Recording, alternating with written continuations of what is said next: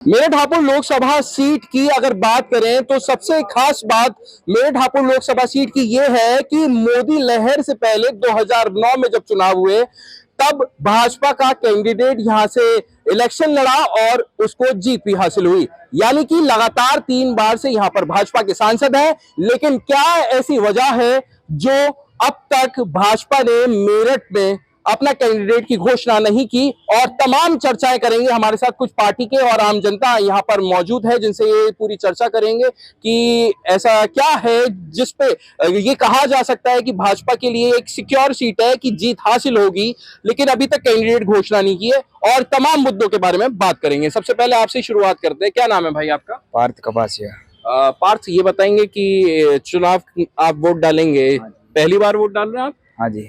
अच्छा, तो क्या सोच के आप इस बार वोट डालने वाले हैं इस चुनाव में? जी, हमारी सरकार जो आएगी उसके लिए। और बस इतना। क्या लग रहा है आपको कि यार ये सरकार बहुत बढ़िया है, ये पार्टी बहुत बढ़िया है? क्या कहना चाहोगे इस बारे में? सब बढ़िया है, सरकार अपनी बढ़िया काम कर रही है और पार्टी अपना अलग काम कर रही है, इसलिए सब बढ़िया है। कौन रोल मॉडल है आपका नेताओं में? कौन अच्छा लगता है? पवन भाई हमारे बड़े भैया है। अच्छा। पवन गुजर मेरे बड़े भाई आगे। अच्छा, और वैसे राष्ट्रीय लेवल पे? फिर तो अतुल प्रधान है ही। अतुल प्रधान है, समाजवादी पार्टी। हाँ जी। चलिए आपसे बात करेंगे। कहाँ के रहने वाले हो आप? नाम के साथ बताएं। रमन डुंगरावले। अच्छा, तो मेरठ हापुड़ लोकसभा सीट के बारे में अगर आपसे मैं पूछूं, सांसद राजेंद्र अग्रवाल हैं वर्तमान में। भाजपा ने अभी तक कोई प्रत्याशी नहीं घोषित करा, हालांकि किसी ने भी प्रत्याशी घोषित नहीं किया है, लेकिन भाजपा तो कर सकती थी। आपको क्या लगता है क्यों? अभी तो ये बस अरुण गोयल की सुनने मारी थी जी। अरुण गोविल? हाँ जी। जो अब और पता नहीं जी, आज पता लग जाएगा जी इसका भी। अच्छा, आज नहीं? आपको क्या लगता है कि क्यों ऐसा क्या हो रहा है? सांसद ने कैसा काम करा, आपको क्या लगता है? सांसद जी ने तो यार कम के कम है जी बस वे पार्टी में। अच्छा। हाँ, लेकिन काम बढ़िया है? काम तो है जी। काम है। थोड़ा मरे मन से की बात कर रहे हो, खुशी से बात करो जैसे अभी बात कर रहे हो जी। कहीं आए कहीं नहीं आए, ये है जी उनका तो बस थोड़ा बहुत ये है। आपके क्षेत्र में काम हुआ है? ना, हमारे क्षेत्र में नहीं हुआ जी डुंगरावली में। तो मतलब इस तरीके से बोल रहे हो, किसी का डर है? यहाँ पे बड़े खड़े हैं, इनका डर है क्या? डर ना जी किसी का भी नहीं है। नहीं जी। तो किसको देखना चाहते हो आप इसमें, इस बार लोकसभा चुनाव में प्रत्याशी के तौर पे? सत्ताधारी भी विपक्ष भी, बताओ खुल के। जब भी तो पता नहीं जी किसको देखना चाहूंगा, जब आ गया इनको अभी ऐसा हो रहा है। जब अगर युवा इस तरीके की बात करेगा तो फिर कहा जाएगा, फिर जनता परेशान हो जाएगी, पार्टी परेशान हो जाएंगी कि युवा इस तरीके से बात कर रहा है। अपना परिचय देते हुए पार्टी और पद बताइए। भाई मैं पवन गुर्जर हूँ, प्रदेश प्रभारी भारतीय किसान यूनियन अजगर से। अच्छा। बहुत सारी यूनियन हो गई आपकी, ऐसा क्या चक्कर है? देखिए, जैसे पार्टी भी तो बहुत सारी हैं, ऐसी यूनियन संगठन भी बहुत सारे हैं। हर आदमी अपने अपने विचारों से जो है सोचता है, विचार लाता है मन में कि हमें सेवा भाव करनी है, समाज सेवा करनी है, वो किस रूप में करनी है। और कहीं भी अगर हम देख रहे हैं तो अगर सबसे ज्यादा प्रताड़ित इस देश में कोई है तो वो किसान और मजदूर है। उन्हीं के लिए ये संगठन, तमाम तरह के जो यूनियन संगठन बनाए गए हैं, वो सब एकजुट होकर एक प्लेटफॉर्म पर काम कर रहे हैं। अच्छा, मेरठ हापुड़ लोकसभा सीट पर आपको क्या लग रहा है कि सत्ताधारी पार्टी ने अब तक घोषणा क्यों नहीं करी, या अन्य पार्टियों ने अभी तक अपने कैंडिडेट की घोषणा क्यों नहीं करी? बीएसपी की तरफ से एक नाम सामने जरूर आया, लेकिन ऑफिशियल अभी तक मेरे ख्याल से अभी तक जानकारी हुई नहीं है। देखिए, ये तो राजनीतिक पार्टियां जाने और उनके जो जो अध्यक्ष हैं वो जाने, लेकिन इतना जरूर हम जानते हैं कि अभी जो पूर्व में सुन रहा था, बात चल रही थी मौजूदा सांसद की, मैंने कई अपने इंटरव्यूज में कहा है कि भाई अगर सांसद जी को कोई ढूंढ के ले आवे तो ज्यादा तो मेरी हैसियत है नहीं, लेकिन 1100 रुपए का या 2100 का इनाम तो मैं उसे जरूर दे दूंगा। क्यों ऐसा? क्योंकि मैं सोशलिस्ट हूँ, समाज में रहता हूँ। मैंने भी उन्हें नहीं देखा आज तक बाई फेस। हाँ, बाई फेस नहीं देखा। और अगर आप गाँवों में जाओगे ना, लोकसभा में जो गाँव लगते हैं, तो गाँवों में वो आज तक चुनाव के समय भी नहीं गए। मेरा नूरनगर गांव आता है, और आप सांसद जी से पूछना कि जी नूरनगर गांव कहाँ है और आप पहली और आखिरी बार नूरनगर में कब गए थे। तो कहीं तो फिर ये तो वजह नहीं है, पार्टी को भी ये हो सकता है इस चीज की जानकारी हो, कहीं ये तो वजह नहीं है कि टिकट देरी में घोषणा कर रहे हैं? बहुत सी लिस्ट आ चुकी है, बहुत सी लोकसभा के हो चुके हैं घोषणा। ये हो सकता है क्योंकि जो कई बार सांसद बने हैं वो हिंदू मुस्लिम का चुनाव होता है, उसी के आधार पर, पार्टी के आधार पर ये जीत जाते हैं, चुनाव में बन गए। लेकिन अगर विकास की बात करोगे, डेवलपमेंट की बात करोगे, कौन करता है हिंदू मुस्लिम की बात? भाई पार्टी और उसके नेता ही करते हैं जिस नेतृत्व में ये लोग काम करते हैं। उस नेतृत्व में आप जिसमें लोग खास काम तौर पे करते हैं। भाजपा की बात कर रहे हैं? हाँ, मैं विशेष तौर पर उसी की बात कर रहा हूँ। और कोई पार्टी नहीं करती है? भाई पार्टियां सब अपना अपना एजेंडा रखती हैं, सब अपने अपने वोटरों का कहीं ना कहीं पक्ष भी रखती हैं, लेकिन उसका मतलब ये नहीं है कि एक बिल्कुल पूरी तरह से उसको धार दे दी जाए।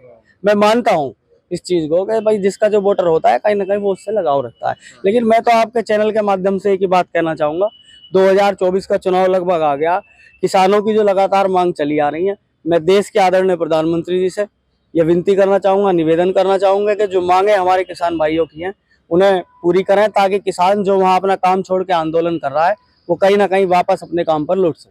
तो किसान मतलब वोट चेंजर हो सकते हैं, गेम चेंजर?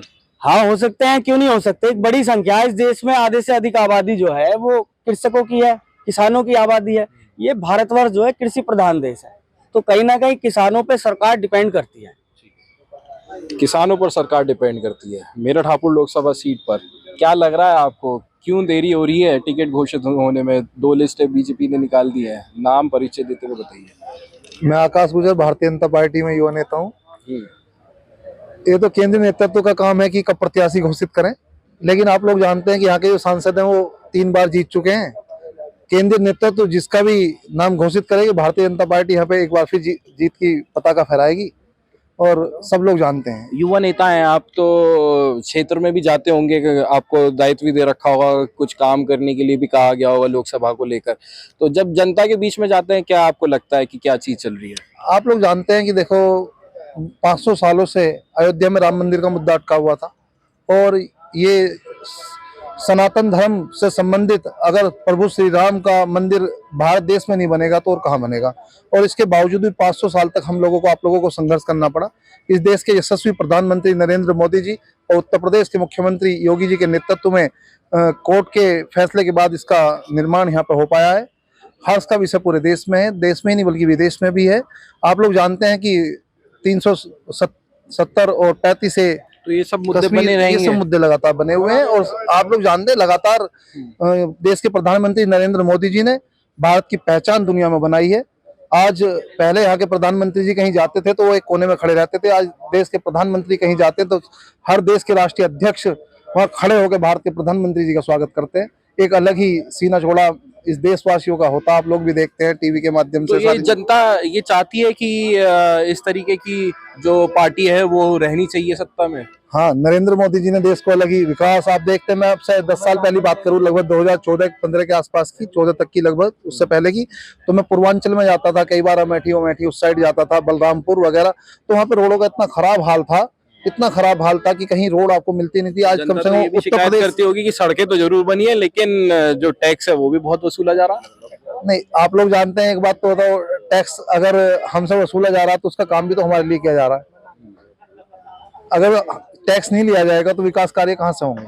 तो अभी थोड़ा सा इंतजार और करें, जब घोषणा की जाएगी कैंडिडेट की या होने वाली? ये तो केंद्रीय नेतृत्व का काम है, जब भी घोषणा करेंगे। हम तो भारतीय जनता पार्टी के साथ हैं। कैंडिडेट रिपीट चाहते हैं आप या बदलना चाहते हैं? नहीं, ये हमारा कोई आम नहीं है, जनता के तौर पर हमारा अपना कोई बताइए। ओपिनियन नहीं है इसमें। कोई ओपिनियन जो है? भी केंद्रीय नेतृत्व देगा हम जो उसके साथ कमल का रहेंगे। फूल है बस वो रहेगा। हाँ, भारतीय जनता पार्टी। ठीक है, कमल का फूल पे ही निगाहें टिकी हुई है, कैंडिडेट पे भी निगाहें टिकी हुई है? मेरा नाम विजय धामा है हाँ। और मैं निवर्तमान जिला पंचायत सदस्य हूँ और अच्छा। मेरठ यूनिवर्सिटी से पीएचडी कर रहा हूँ। और जो कौन सी भी पार्टी से ताल्लुक रखते हैं आप? भारतीय जनता पार्टी से ही अच्छा, ताल्लुक बीजेपी से ही रखते हैं। ताल्लुक रखते हैं। हाँ जी जी। बताइए। हम लोग जो केंद्रीय नेतृत्व तय करेगा, हमारे लिए सिर्फ एक कमल का फूल जो है, सिर्फ वही एक है। कैंडिडेट कोई भी आ जाए, कैंडिडेट कोई भी आ जाए, क्योंकि आप जो भी आ पार्टी- जाए, ये भी आ जाए, मैं भी आ जाऊँ, कोई भी आ जाए। उसमें यह है कि जब केंद्रीय नेतृत्व इतना अच्छा काम कर रहा है, जो हिंदुओं के साथ इतना गलत हुआ, और तो आप सदियों से सुनते आ रहे हो, कभी कोई किसी पे गोली चलवा दी गई और कार सेवकों को मरवा दिया गया पुरानी सरकारों ने, और इस तरह एक घटना हुई। और जो केंद्रीय नेतृत्व ने एक बड़ा काम किया है, जिसमें माननीय योगी आदित्यनाथ जी और माननीय मोदी जी ने और ये भव्य राम मंदिर बनवाया है, तो इसमें एक लहर, हिंदुत्व की बहुत बड़ी लहर चल रही है। यही तो विपक्ष आरोप लगाता है कि तुष्टीकरण की राजनीति करती है बीजेपी। देखिए, तुष्टीकरण की राजनीति वो करते थे जब हम भी अपने धर्म को मान रहे, दूसरे लोग भी अपने धर्म को मान रहे, तो जब वो था, वो सब अवशेष उसमें मिले हैं, तो और सरकारों को बनवा देना चाहिए था मंदिर। तो तुष्टीकरण की राजनीति किसने करी है? उन लोगों ने करी है जिन्होंने, जब वहां पूजा के लिए लोग गए, कार सेवक गए, उन पर गोलियां चलवा दी, तो तुष्टीकरण की राजनीति तो उन लोगों ने की है। चलिए और भी लोगों से बात करेंगे। आप लोग भी यहाँ पर इकट्ठा हैं, आपसे भी बात कर लेते हैं। आपसे हो चुकी है बात, आपसे हो चुकी है बात। कौन आप बात करना चाहेंगे? भैया से तो बात कर ली आपकी। आप जनता के वोटर तो आप भी होंगे, तो क्या कहना चाहते हैं आप? नया चेहरा देखना चाहते हैं या इस बार अलग? नहीं, जो जनता चाहेगी भैया। जनता के तो आप भी आते हो। जनता में मैं भी हूँ, लेकिन जो नेताजी चाहेंगे हमारे नेता की बात मानोगे आप? हाँ जी। अच्छा ठीक है, तो यहाँ पर नेताजी है खड़े हुए, तो इसलिए जनता शायद ज्यादा बात करती हुई नजर नहीं आ रही है। लेकिन अगर बात की जाए तो मेन कैंडिडेट कमल के फूल को मानते हुए यहाँ पर जनता चल रही है फिलहाल, क्योंकि कुछ पार्टी से भी यहाँ पर लोग जुड़े हुए थे, तो वो यही चाह रहे हैं कि कमल का फूल जो है वो ही कामयाबी हासिल करे। लेकिन जो विपक्ष के लोग थे उनका कहीं ना कहीं ये भी कहते हुए नजर आए हैं कि कमल का फूल जो है वो भलाई नहीं कर रहा है जनता की, इस बार बदलाव चाहते हैं। अनमोल शर्मा, TV9 उत्तर प्रदेश, मेरठ।